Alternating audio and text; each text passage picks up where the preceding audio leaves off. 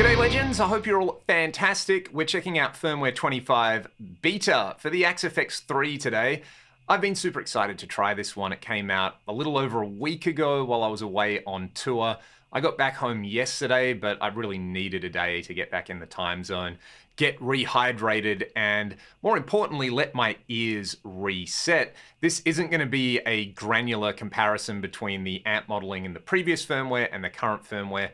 I'm just going to choose 4 amps I really like the sound of and dial them in from scratch. There are a bunch of amp modeling improvements, and essentially the amps have all been remastered, so some amps will sound different on this firmware. As always, audition at your own risk, but to get started, I've just got an amp and a cab block. I'm using my free LT TV Mix 7 cab IR. You can see the low cut and high cut values over here, pretty typical 80 Hertz. For the low cut, 8K. For the high cut, and we're going to start with basically the one amp anyone really needs in their life, the Brit 800 2203 high. Stock settings, PRS DGT on the bridge pickup, and an A chord.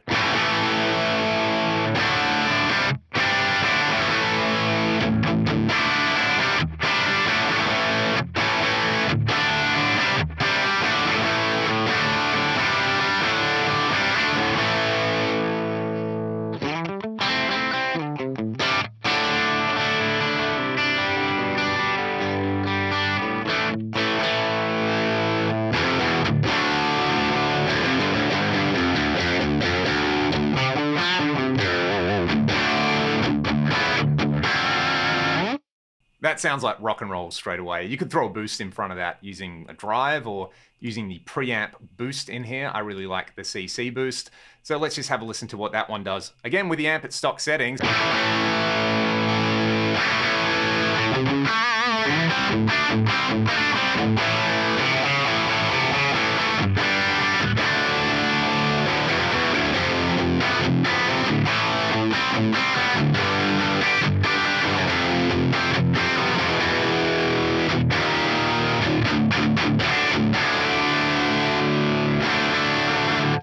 I mean, that sounds great. Go and play some guitar. What more do you want?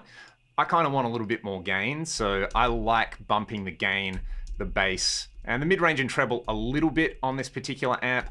I actually like dropping the presence a little bit, and for my taste, where that is with the master volume, we're pushing the virtual power amp quite hard. With a real JCM 800, that would be like stadium level volume on there. So I'm gonna bring the master down to 3. I'll compensate by bringing the level up, and I'll make sure when I check this in post that I've level matched everything to get around the louder is more good thing. Also with the preamp boost, I like it on most of the time, but I might actually just bring the boost amount down to 9 dB instead. Let's have a listen to where we're at.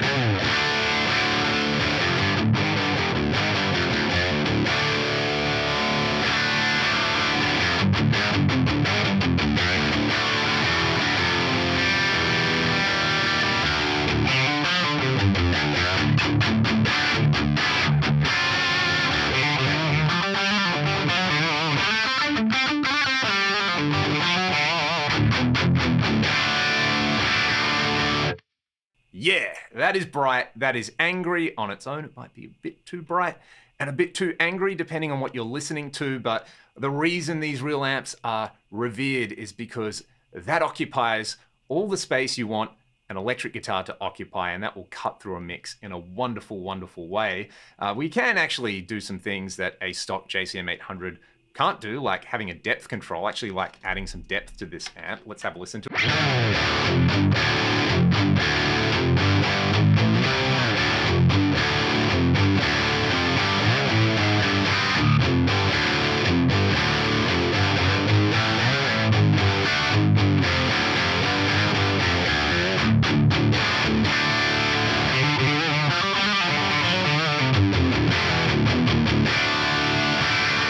I did read in the release notes that essentially the thing to listen out for with the amps in this firmware is that they're a little more chaotic sounding and angrier sounding, and that has plenty of that going on. It can be really tempting when you're playing guitar on your own to dial that stuff out. It can cause a bit of ear fatigue, but that's character. That's what made the real amps so desirable and so iconic, and it's awesome that we have that in such a convenient form factor. The one thing that I do love to do with just about any amp on here, I think it's probably my most recommended advanced tweak, is to go to the speaker tab and play around with the speaker impedance curve. You can see I've got auto Dynacab impedance off. I really like the fractal X-Load curve in here. Let's just have a listen to the difference between this Brit 800 and the X-Load.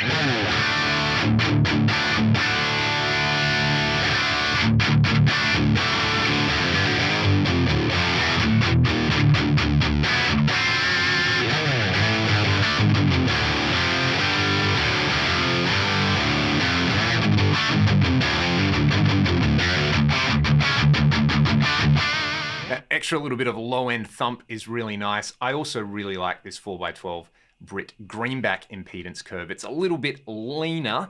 Playing guitar on my own, the LB2 sounds really good. And I have the real LB2 as well, so that's handy when I'm comparing a real amp to the model. But 4x12 Brit greenback, I'm going to use across all the amps in this video.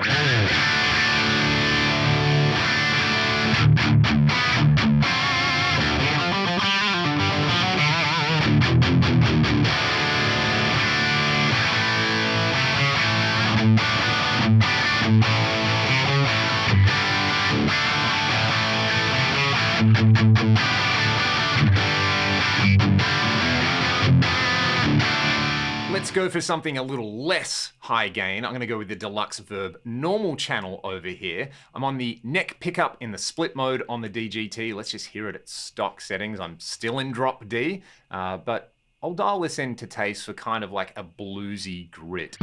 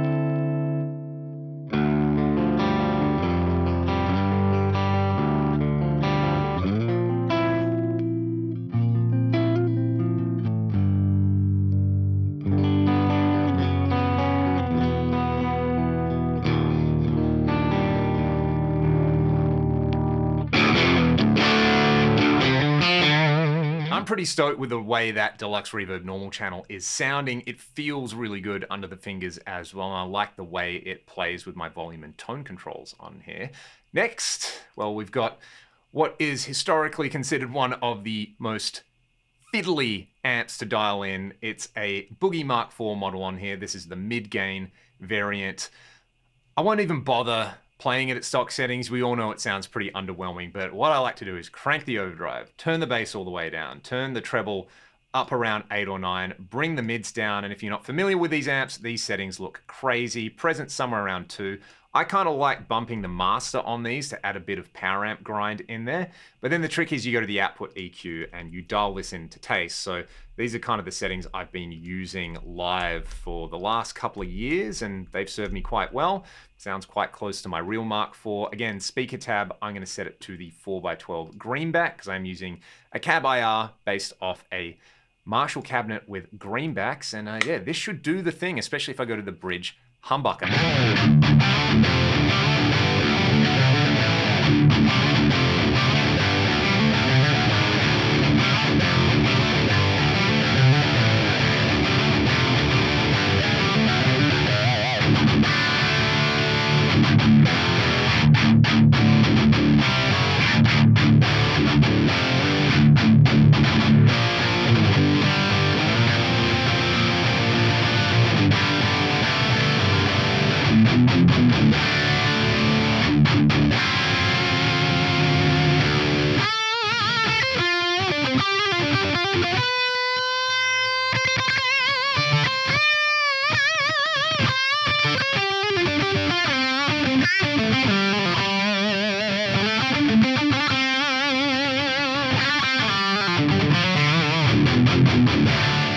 That switch is going to add some smoothness in there. One fun thing you can do if you want more of that like kind of dry Lamb of God Mark IV thing is turn the presence shift on and crank the presence up to around 6. You might have to compensate by bringing the master volume up a little bit. Sorry, not the master volume, the overall block level on there. This is what you get when you do.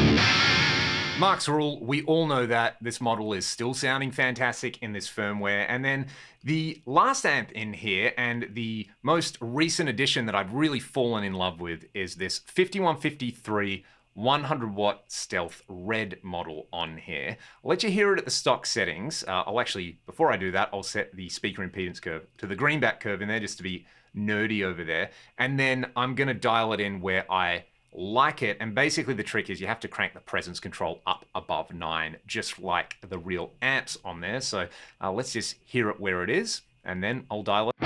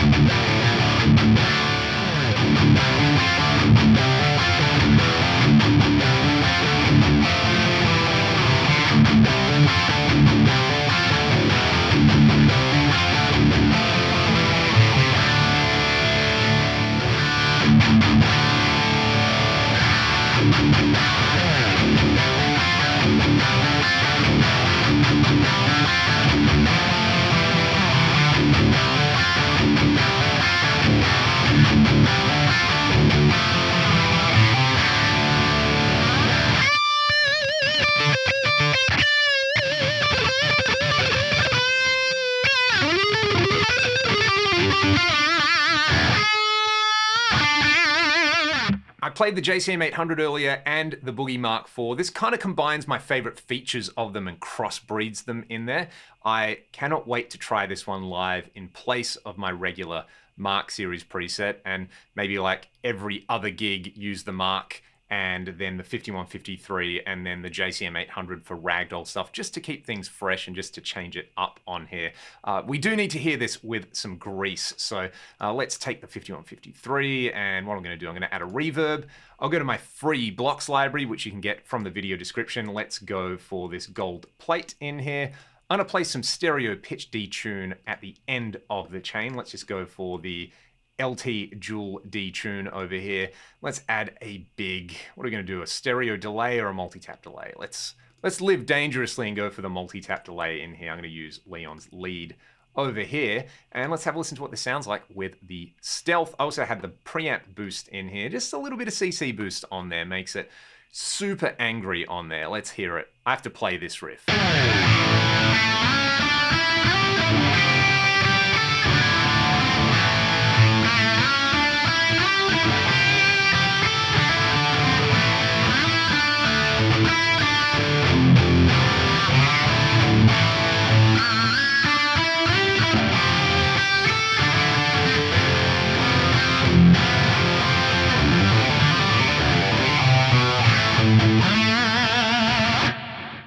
Just for fun, let's hear that 5153 and then maybe the Deluxe Reverb with a different guitar. This is a PRS SE standard Saturn that I just picked up. We're going to hear it on the bridge pickup, which is an 8515, I believe, and then we'll hear the tapped neck pickup over here. So this is still that big lead sound that I had set up.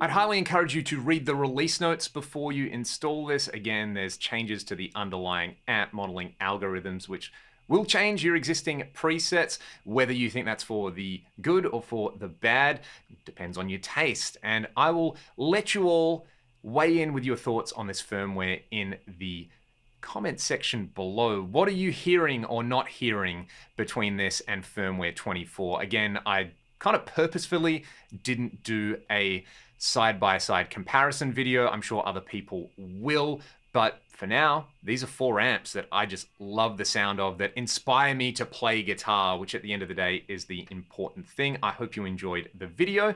Any questions or comments, put them in the comment section below. And if you like what I'm doing here on the channel, there are links to my Patreon, as well as the music that I make with my band Ragdoll. Check the video description. Have a great day, and I'll see you all next time. Cheers.